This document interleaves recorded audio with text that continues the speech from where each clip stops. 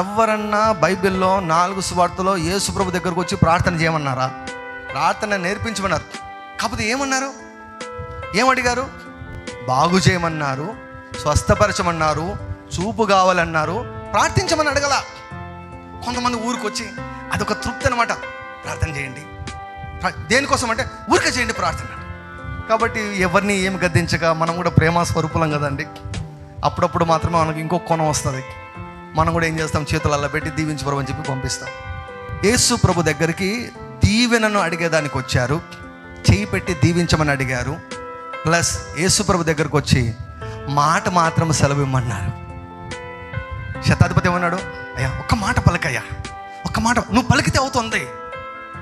నీ జీవితంలో నీ పైన, నీ కుటుంబం పైన దేవుని చేత నియమించబడినటువంటి ప్రవక్త పలికాడు అంటే జరుగుతుంది. పలికాడు అంటే జరుగుతుంది.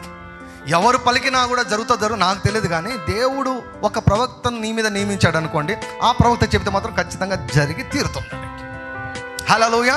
ప్రవక్త ద్వారా విడిపిస్తాడు, ప్రవక్త ద్వారా భద్రపరుస్తాడు.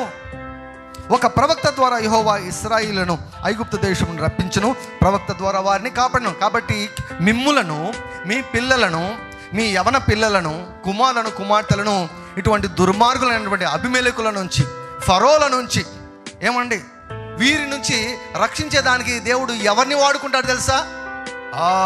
నన్ను వాడుకుంటాడు, మమ్మల్ని వాడుకుంటాడు. హల్లెలూయా.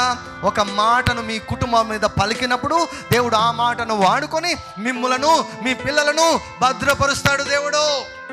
హల్లెలూయా. ఒక ప్రవక్త ద్వారా ఇశ్రాయేలును రక్షించాడు, ప్రవక్త ద్వారా వారిని భద్రపరిచాడు, వారిని కాపాడాడు. Glory to God. హల్లెలూయా.